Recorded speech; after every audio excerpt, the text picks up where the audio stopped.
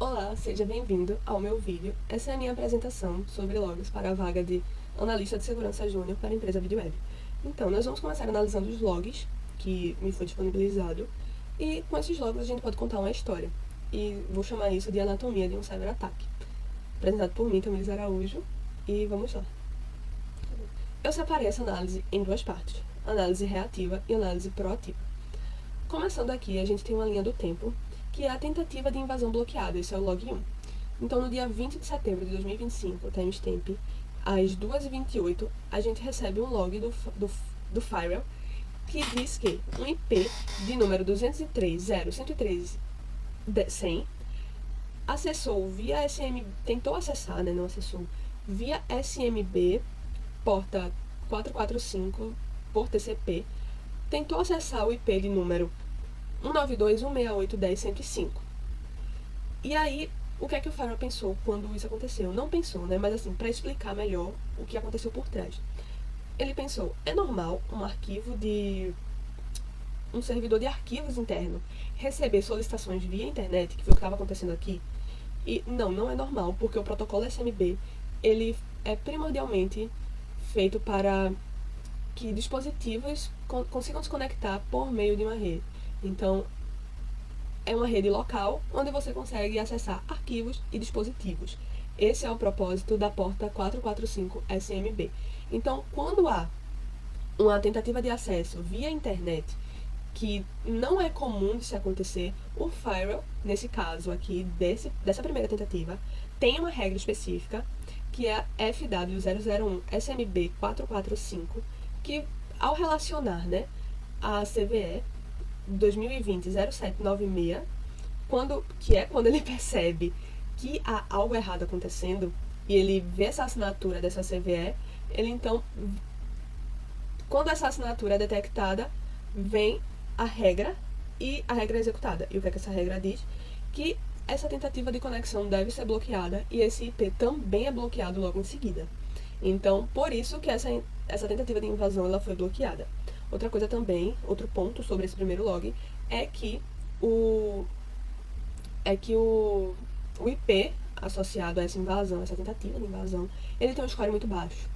Então aqui do lado eu coloquei um printzinho da CVE, que é uma vulnerabilidade que foi publicada em 2020. Então, desde 2020, a Microsoft também já disponibilizou um patch de atualização, tanto para o lado do servidor quanto para o lado do cliente. Então, uma vulnerabilidade de 5 anos atrás em uma empresa de médio porte é algo que realmente chama atenção, porque isso já deveria ter sido atualizado. Mas a gente sabe que tem muitas empresas por aí que usam equipamentos defasados até hoje. Então, partindo para a tentativa de invasão bem sucedida, que foi o log 2, a gente pode perceber aqui que foi apenas 4 minutos de diferença. Às 2h32, a gente também teve um log vindo do Firewall, com um IP muito semelhante, mas mudando apenas o último dígito, em vez de ser 100, agora é 101. O alvo continua o mesmo, só que dessa vez não foi uma tentativa de exploração, foi uma exploração bem sucedida. Ele conseguiu estabelecer a sua conexão, a ameaça continua crítica, já era crítica, continua crítica, mas agora o IP dele está classificado como alto, mesmo tendo mudado apenas um número e tendo feito o mesmo ataque, a mesma vulnerabilidade. Nesse caso, o que foi que aconteceu? Algo no ataque mudou, porque a assinatura detectou apenas o primeiro, mas como algo mudou, a assinatura não conseguiu detectar o segundo para poder aplicar a regra e bloquear a conexão.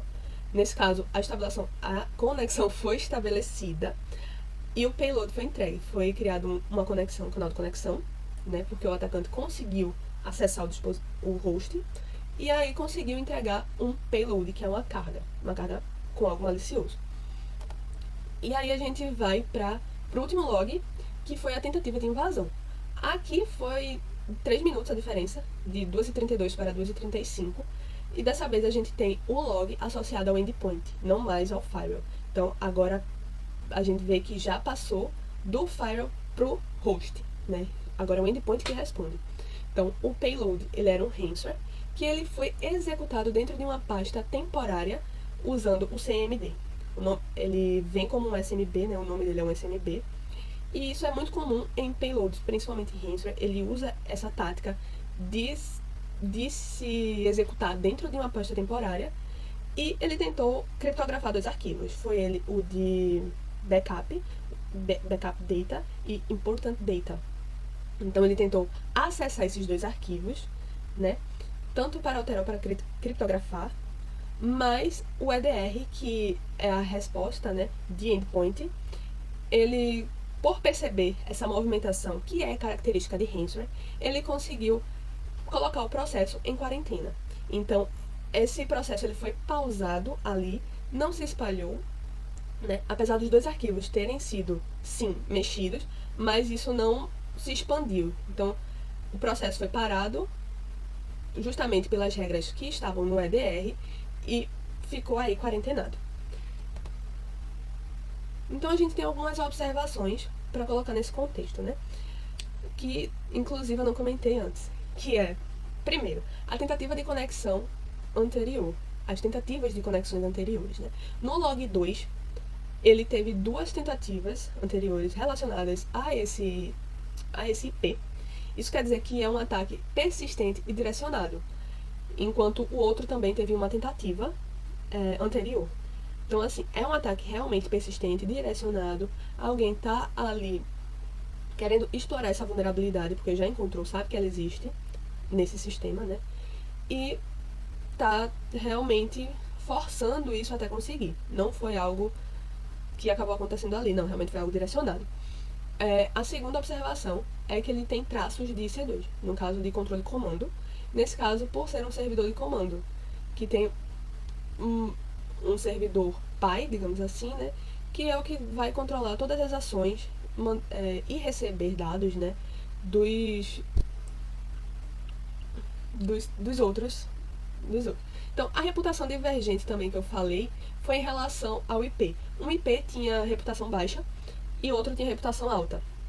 E provavelmente, se a gente fosse caçar, não nesse caso, né, mas no caso real, se a gente fosse caçar de onde vem os IPs, provavelmente eles estariam atrelados ao mesmo distribuidor, a mesma companhia, né?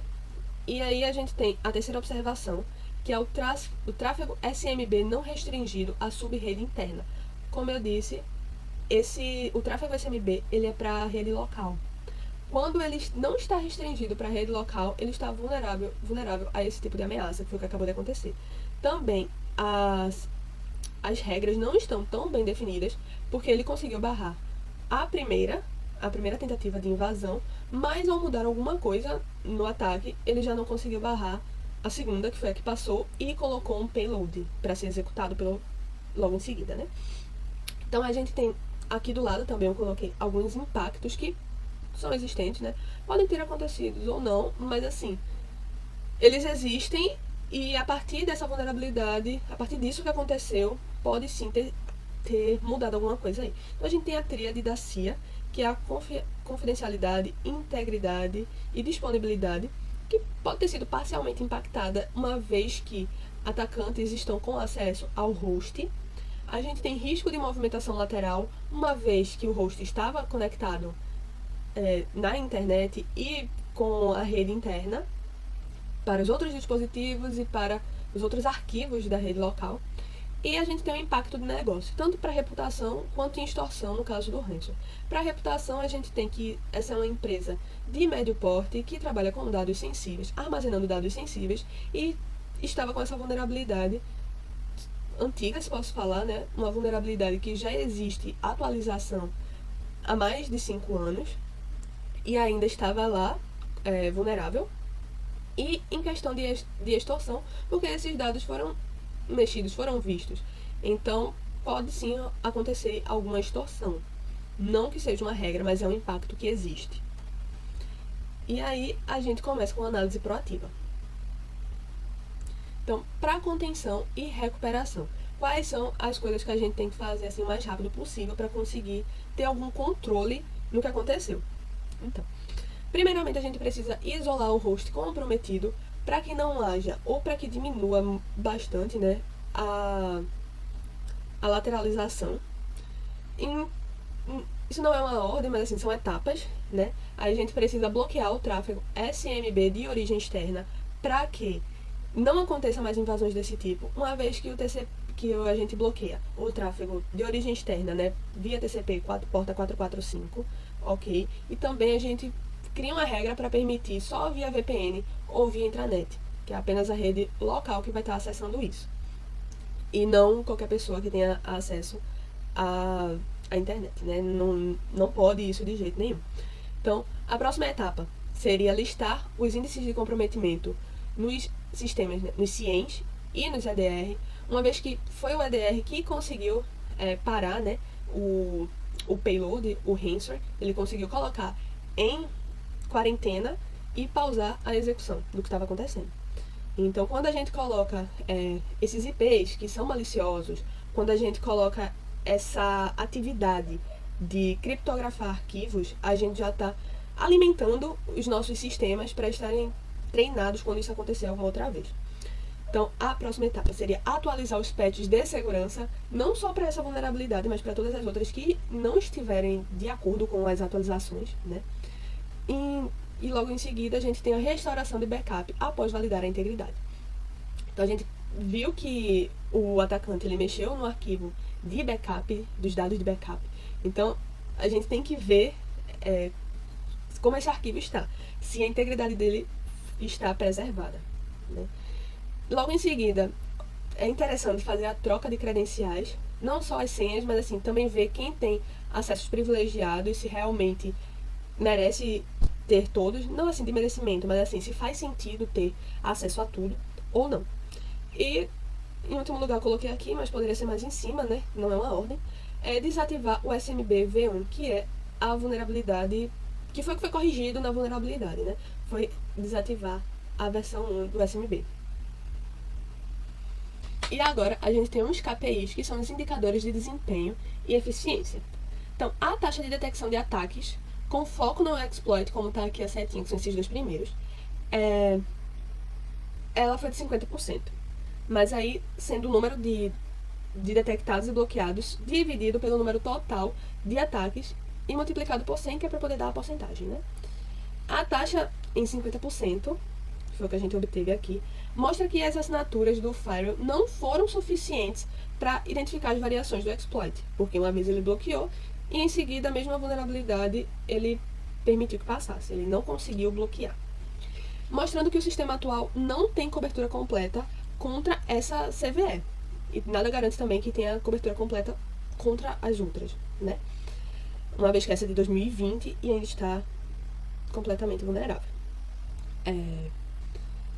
A meta sugerida para essa taxa de detecção de ataques é igual ou superior a 95%.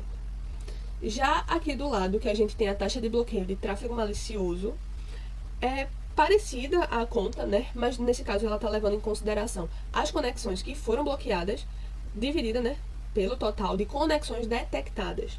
Isso multiplicado por 100 também para poder dar a porcentagem, né? Isso serve para avaliar a eficiência do firewall. A meta sugerida é igual ou superior a 98% também. Aqui embaixo, o cálculo ainda é o mesmo, só que eu botei o foco na campanha. Então, eu estou levando em consideração também as tentativas anteriores para fazer o cálculo. E aí, quando a gente percebe que nas tentativas anteriores houve alguns bloqueios, aumenta um pouco a nossa porcentagem, mas ainda está muito baixa para o que é esperado. 95%, acima de 95% para as duas, né? A outra 98%. Já a taxa de sucesso da contenção local foi de 100%, e é sobre quantos malwares foram detectados no endpoint. No caso, um malware foi detectado no endpoint e um malware foi bloqueado no endpoint. Então, ela teve um 100% de contenção local. E 3 minutos foi o tempo médio de resposta à mitigação. E, por fim, as propostas de melhoria para um sistema mais seguro, priorizando a elevação no nível de segurança e reduzindo riscos. Então, o primeiro ponto que eu vou falar é a atualização dos patches de segurança, que consiste em alguns pontos. O primeiro seria implementar uma política de gerenciamento de patches para garantir que os servidores, endpoints e qualquer outra coisa receba atualizações constantes. Nesse caso de ter sempre atualização dos patches de segurança, essa vulnerabilidade agora, que foi o que aconteceu nos logs, já não seria um risco. O outro ponto seria estabelecer um calendário de manutenção preventiva, tendo datas para testes e minimizando os impactos negativos. Outro ponto importante é monitorar boletins de segurança. Esse daqui é um dos mais importantes mesmo, porque a empresa vai sempre ficar atualizada, né?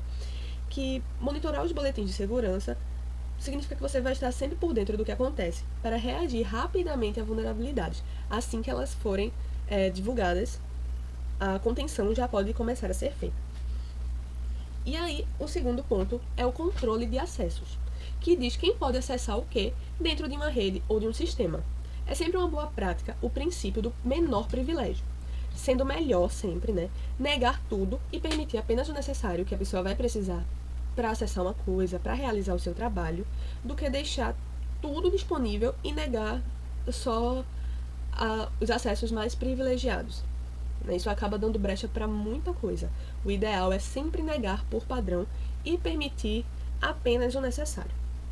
Né? Outra coisa importante também do controle de acessos é a autenticação multifator. Quanto mais fatores associados ao seu login, mais difícil fica de uma terceira pessoa acessar a sua conta. Né? Implementar também uma rotina de revisão de acesso para identificar contas que não são mais usadas, que estão inativas ou que têm permissões inadequadas é interessante para deixar, assim como a atualização dos patches de segurança, deixar os controles de acesso sempre atualizados. Né? Então, do outro lado da bolinha, a gente tem as limitações de tráfego de rede. Que o tráfego de rede ele não está bem estruturado. Quando ele não está bem estruturado, ele pode servir como um vetor de ataque, que foi o que aconteceu aqui também, né? Que ele pode acabar facilitando a movimentação lateral e o acesso não autorizado, que foi o caso da exploração pelo SMP, da Medidata. Uma alternativa é isolar os servidores da rede de usuários comuns, para que uma invasão não comprometa toda a empresa. Também é possível, nesse contexto, configurar listas de controle de acesso em roteadores para poder restringir ainda mais a conexão. Então, se um roteador ele tem alguns IPs autorizados, apenas aqueles IPs vão conseguir passar por ele e acessar o que lhe é permitido a partir daquele roteador. Então, algumas pessoas selecionadas vão conseguir fazer isso. Já é uma garantia ainda maior da segurança. Né? Outra coisa ainda no tráfego de rede é habilitar o IDS e o IPS, que ele serve, né? Um para detectar e outro para prevenir a intrusão. Um vai estar sempre monitorando o tráfego e o outro vai reagir caso haja alguma anomalia, caso seja necessário, né? Um sempre vigia e o outro executa as regras. Outra coisa também é monitorar logs numa plataforma CIEM. Deixando a conscientização por último, agora a gente vai para o monitoramento contínuo, que é basicamente criar manuais, né? Você pode definir os playbooks ou manuais de respostas a incidentes, deixando claro as ações que devem ser seguidas em caso de invasão, de ransomware ou de vazamento de dados. Tem que ter um plano de contenção. Isso é obrigatório dentro de uma empresa que lida com grandes volumes de dados e dados sensíveis e que tem muita coisa que não pode simplesmente sair do seu domínio. A gente tem outra solução também, que é criar um SOC interno, que vai estar sempre monitorando. Então, você ter sempre uma equipe que vai estar nesse monitoramento e ter um manual de resposta caso algo venha a acontecer, você já está também muito mais preparado do que boa parte aí das empresas, né, que estão começando agora a se importar com segurança. E por último, que é a conscientização, muitas falhas, elas não acontecem só pela tecnologia. As pessoas, elas são o elo mais fraco e elas realmente precisam de conscientização, precisam de treinamento, tudo que agregue para poder mitigar esse risco é extremamente necessário. Então, é indicado criar um programa contínuo de treinamento em segurança, abordando temas como phishing, senhas, engenharia social, dados sensíveis, tudo que depende do risco humano, né? Realizar simulações de phishing também e ajustar treinamentos de acordo com os resultados. Algumas empresas têm sim resultados satisfatórios quando começam a realizar essas simulações de phishing. Então, resumindo, as falhas encontradas significam riscos que, se não forem tratados, vão levar a incidentes graves.